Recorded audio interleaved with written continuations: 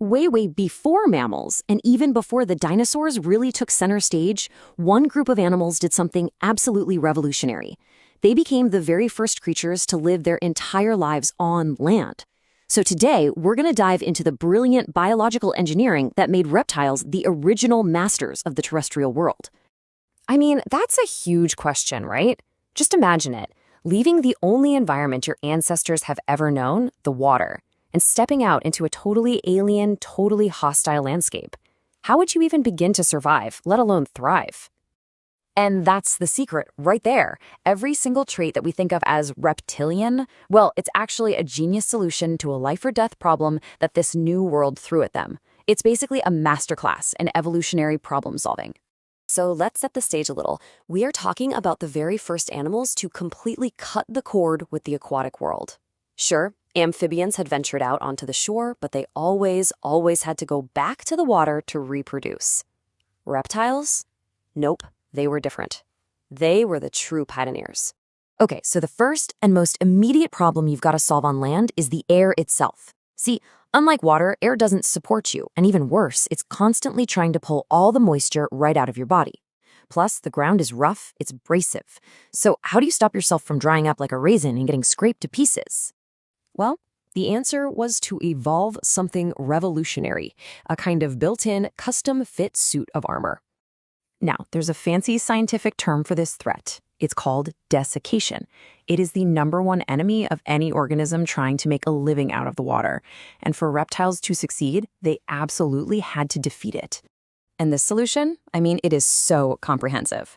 Reptiles developed these tough, overlapping scales made of keratin. That's the same stuff in our fingernails. This created an amazing barrier that not only locked all their moisture in, but it also protected them from scrapes and scratches.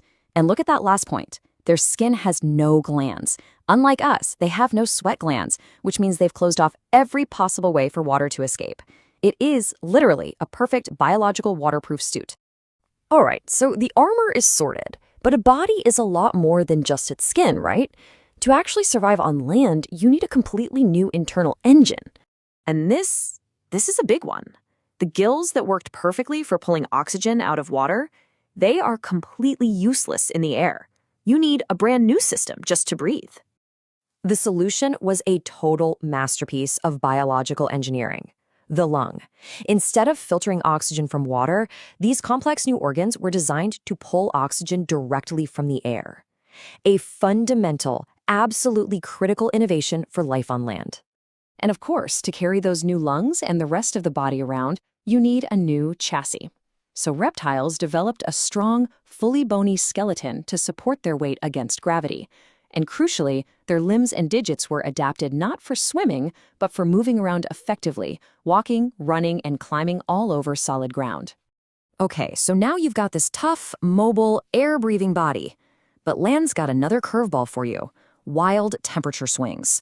You know, unlike the stable temperatures of the ocean, land can be freezing cold at night and scorching hot during the day. How do you manage your energy in an environment like that? Reptiles solved this with this incredibly clever strategy called ectothermy. You probably know it better as being cold-blooded. It basically means that instead of burning a ton of energy to generate their own heat from the inside, like we do, they rely on the environment. And honestly, this is an unbelievably energy-efficient way to live. A reptile can just go bask in the sun to warm up and then crawl into the shade to cool down. This saves a massive amount of calories that warm-blooded animals like us have to spend constantly just to keep our body temperature stable. I mean, to put it into perspective, a reptile can survive on maybe as little as 10% of the food that a mammal of the same size needs. It's just a brilliant way to thrive when food might be hard to find.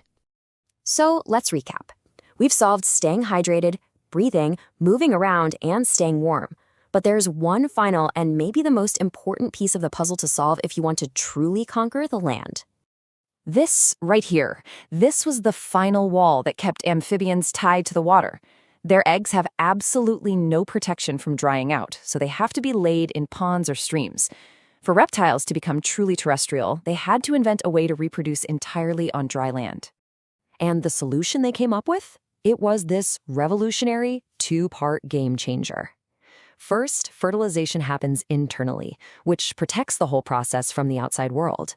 And second, and this is the famous part, The female lays a shelled egg on land. And this is just where the genius of reptile evolution really shines. The shelled egg is like a private little ocean for the developing embryo. It's got all the water it needs, all the nutrients, and a protective hard shell to keep it from drying out. This one invention completely snapped that final cord tying them to the aquatic world. So you see, these solutions, the scales, the lungs, the strong skeleton, the cold-blooded metabolism, and, of course, the shelled egg, they weren't just small tweaks. They were the keys that unlocked the continents, allowing reptiles to build an empire that, honestly, continues to dominate ecosystems even today. And you know what? The legacy of that ancient empire is still all around us. Every time you see a lizard, a snake, a turtle, or a crocodile, you are looking at a direct descendant of these incredible pioneers. They are the living, breathing proof of these ancient, world-conquering solutions. You know, when you look at it, the story of the reptiles is this powerful reminder that conquering any new frontier is all about solving its most fundamental problems through innovation. And it kind of makes you wonder, right? As we face our own new worlds and our own new challenges, what are the critical problems we need to be solving to build our own future?